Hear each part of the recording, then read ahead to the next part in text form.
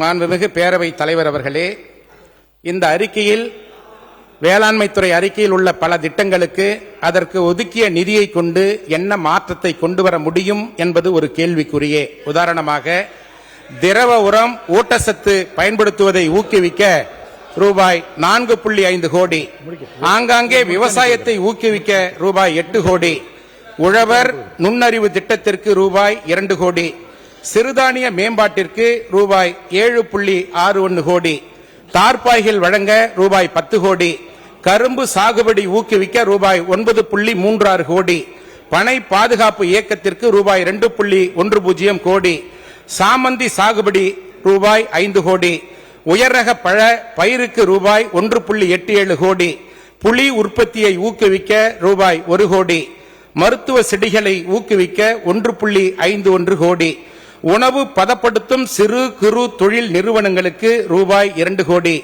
இப்படி பல திட்டங்களுக்கு மிக குறைந்த ஒதுக்கீடு செய்யப்பட்டுள்ளது. இதனால் என்ன தாக்கத்தை ஏற்படுத்த முடியும்? தற்பொழுது பயன்படுத்தப்படும் உயர்ரக விதை அளவை ஒப்பிடும் பொழுது 43,400 டன் விதைக்கு மட்டும் ஊக்கத்தொகையும் 7,730 டன் நெல் விதைக்கு மானியமும் வழங்குவது போன்றவை நோக்கத்திற்கும் செயல்முறைக்கும் பொருத்தம் இல்லாமல் உள்ளது. பல துறைகளில் ஆண்டுதோறும் வழங்கப்படும் ஒதுக்கீட்டை சேர்த்து விவசாய பட்ஜெட்டில் ஒரு பெரிய தொகையை போல காண்பிக்கப்பட்டுள்ளது. ஆனால் புதிய முயற்சிகள் எதுவும் இந்த பட்ஜெட்டில் இல்லை என்பதை தெரிவித்துக் கொள்கிறேன். மாண்புமிகு பேரவைத் தலைவருடைய மேலான கவனத்திற்கு இன்றைக்கு சட்டப்பேரவையில் நடைபெற்ற சிறப்பு கவன ஈர்ப்பு தீர்மானத்தின் மீது எங்களுடைய இயக்கத்தினுடைய பொதுச் செயலாளர், சட்டமன்ற கட்சி தலைவர், மரியாதைக்குரிய அண்ணன் எடப்பாடியார் அவர்கள் பேசுகின்ற பொழுது நேரலை துண்டிக்கப்பட்டது.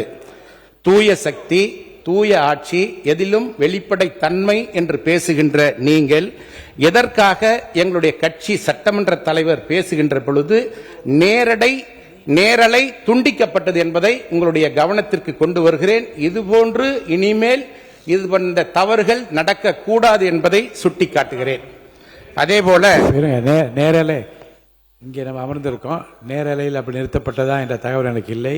ஆனால் நீங்கள் சொன்னதை உங்கள் கவனத்தில் எடுத்துக்கொண்டு அப்படி நடந்திருந்தால் அல்லது நடப்பதற்கான காரணம் என்பதை பற்றியெல்லாம் ஆராய்ந்து அப்படிப்பட்ட தவறுகள் டெக்னிக்கலாக எப்படியா இருந்திருந்தால் அது சரி செய்வதற்குரிய முயற்சிகள் நிச்சயமாக மேற்கொள்ளப்படும்.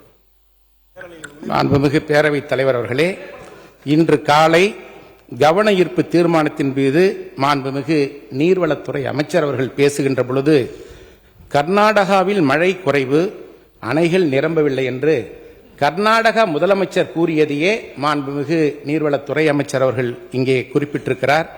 இது இந்த அவை குறிப்பிலிருந்து நீக்கப்பட வேண்டும்.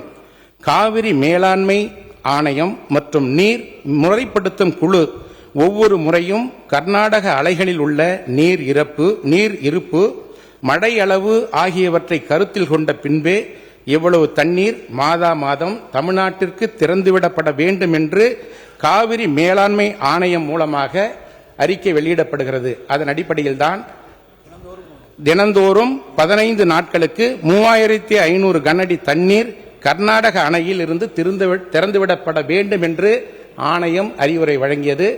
ஆனால் கர்நாடக அரசு அதை ஏற்றுக்கொள்ளவில்லை. கர்நாடக அரசு ஏற்றுக்கொள்ளாததை நம்முடைய அரசு ஏன் கண்டித்து எந்த விதமான நடவடிக்கையும் எடுக்கவில்லை என்பதை உங்களுடைய கவனத்திற்கு கொண்டு வருகிறேன். அதேபோல விவசாயிகளுடைய பொதுப்பணித்துறை அமைச்சர் பேசி முடிச்சிருந்த மாண்புமிகு பேரவைத் தலைவர் அவர்களே, விவசாயிகளுடைய நலனுக்காக நெல் குவிண்டாலுக்கு 3500 ரூபாய், கரும்பு டன் ஒன்றுக்கு 4500 ரூபாய் வழங்குவதாக சொன்னீர்கள். கொள்முதல் நிலையங்களில் கொள்முதல் செய்வதற்கோ மூட்டைகள் ஏற்றி இறக்கவோ 1 பைசா கமிஷன் வாங்காமல் பார்த்து கொள்ளப்படும் என்று அறிவித்தீர்கள். ஆனால் நேரடி நெல் கொள்முதல் மையங்களில் என்ன நடைபெற்றது என்பது மாண்புமிகு உணவுத்துறை அமைச்சர் அவர்களே நேரடியாக சென்று ஆய்வு செய்த பொழுது ஒரு மூட்டைக்கு 40 முதல் 60 ரூபாய் வரை கமிஷன் பெற்றதாக அங்கே பதிவு செய்யப்பட்டிருக்கிறது. பால் உற்பத்தியாளர்களிடமிருந்து ஆவி நிறுவனம் வாங்கும் பாலுக்கு கொள்முதல் விலை லிட்டருக்கு 44 ரூபாயாக உயர்த்தி வழங்கப்படும் என்று சொன்னீர்கள். இந்த அரசு அமைந்தவுடன் ஒவ்வொரு குடும்பத்திற்கும் 25 லட்சம் மதிப்பிலான மக்கள் நலன் காப்பீடு அட்டை வழங்கப்படும் என்று சொன்னீர்கள். 2000 அம்மா மினி கிளினிக் என்ற திட்டம் பெயர் மாற்றம் செய்யப்பட்டு 3000 மக்கள் நல மையங்கள் அமைக்கப்படும் என்று சொன்னீர்கள். இந்த ஆட்சி பொறுப்பேற்றவுடன் 24 மணி நேரமும் தங்கு தடையற்ற மின்சாரம் உறுதி செய்யப்படும் என்று சொன்னீர்கள். ஆனால் தமிழகமெங்கும் மின்வெட்டுதான் தொடர்கதையாக உள்ளது. மாதம் ஒருமுறை மின் கட்டணம் என்றீர்கள், சொத்து வரி குறைக்கப்படும் என்றீர்கள், ஆதார் அட்டையை போல ஒவ்வொரு குடும்பத்திற்கும் ஒரு உரிமை அட்டை வழங்கப்படும் என்று சொன்னீர்கள்.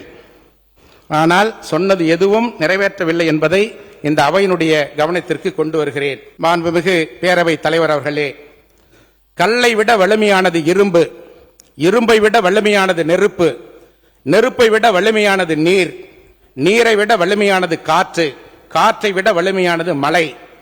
அந்த மலையை போன்ற வலிமையான மனோபாவத்தையும் நெஞ்சுரத்தையும் பெற்றிருப்பவர்கள் அனைத்திந்திய அண்ணா திராவிட முன்னேற்ற கழகத்தின் ஆணிவேர்களான இயக்கத்தின் தொண்டர்கள். மக்களால் நான், மக்களுக்காகவே நான் என்று தவவாழ்வு வாழ்ந்து மறைந்த இதய தெய்வம் புரட்சி தலைவி அம்மா அவர்கள் இதே மாமன்றத்தில் முதலமைச்சராக இருந்தபொழுது சொன்னார்களே, எனக்கு பின்னாலும் இந்த இயக்கமும் ஆட்சியும் இன்னும் 100 ஆண்டுகள் இருக்கும் என்ற நம்பிக்கையோடு சொன்னார்கள். வாஸ்கோடகாமாவின் நம்பிக்கை புதிய நிலத்தை கண்டுபிடித்தது. கொலம்பஸின் நம்பிக்கை அவன் தாய் திரு நாட்டிற்கு புதிய நிலத்தை தந்தது. ஆயுதங்கள் இல்லாத வின்சன் சர்ச்சிலின் நம்பிக்கை இங்கிலாந்திற்கு வெற்றியை தேடி தந்தது. பிரகலாதனின் நம்பிக்கை கடவுளை காட்டியது. கீதையின் நாயகன் கண்ணனின் நம்பிக்கை பாரத போரில் வெற்றியை பெற்று தந்தது. 28 ஆண்டுகாலம் தனிமைச் சிறையிலே காலாகிரகத்திலே வைத்து பூட்டப்பட்ட நெல்சன் மண்டோலாவின் நம்பிக்கை தென்னாப்பிரிக்க மக்களுக்கு விடுதலையை தேடி தந்தது. செகுவேரா பிடல் குவேஸ்டாவின் நம்பிக்கை ஆதிக்க கொடியை அத்துமீறி படக்க விட வேண்டும் என்று துடித்த அமெரிக்க ஏகாதிபத்தியத்திற்கு தோல்வியை தந்து ஆண்டாண்டு காலமாக அடிமையாக கிடந்த கியூபாவிற்கு வெற்றியை தேடி தந்தது. அதுபோல தமிழக மக்களின் எதிர்கால நம்பிக்கை எங்களின் நம்பிக்கை. பூஜ்ஜியத்திலே இருந்தவர்களே ராஜ்யத்தை ஆளுகின்ற பொழுது நாங்களும் மீண்டும் அம்மாவின் ராஜ்யத்தை அமைப்போம் என்ற உறுதியோடு தெரிவித்துக் கொண்டு என்னுடைய கலசப்பாக்கம் சட்டமன்ற தொகுதியின் மக்களின் கோரிக்கைகளை மாமன்றத்திலே நான் பேசியதாக கருதி பதிவு செய்து கொள்ளுமாறு கேட்டு என்னுடைய உரையை நிறைவு செய்கிறேன். நன்றி, வணக்கம்.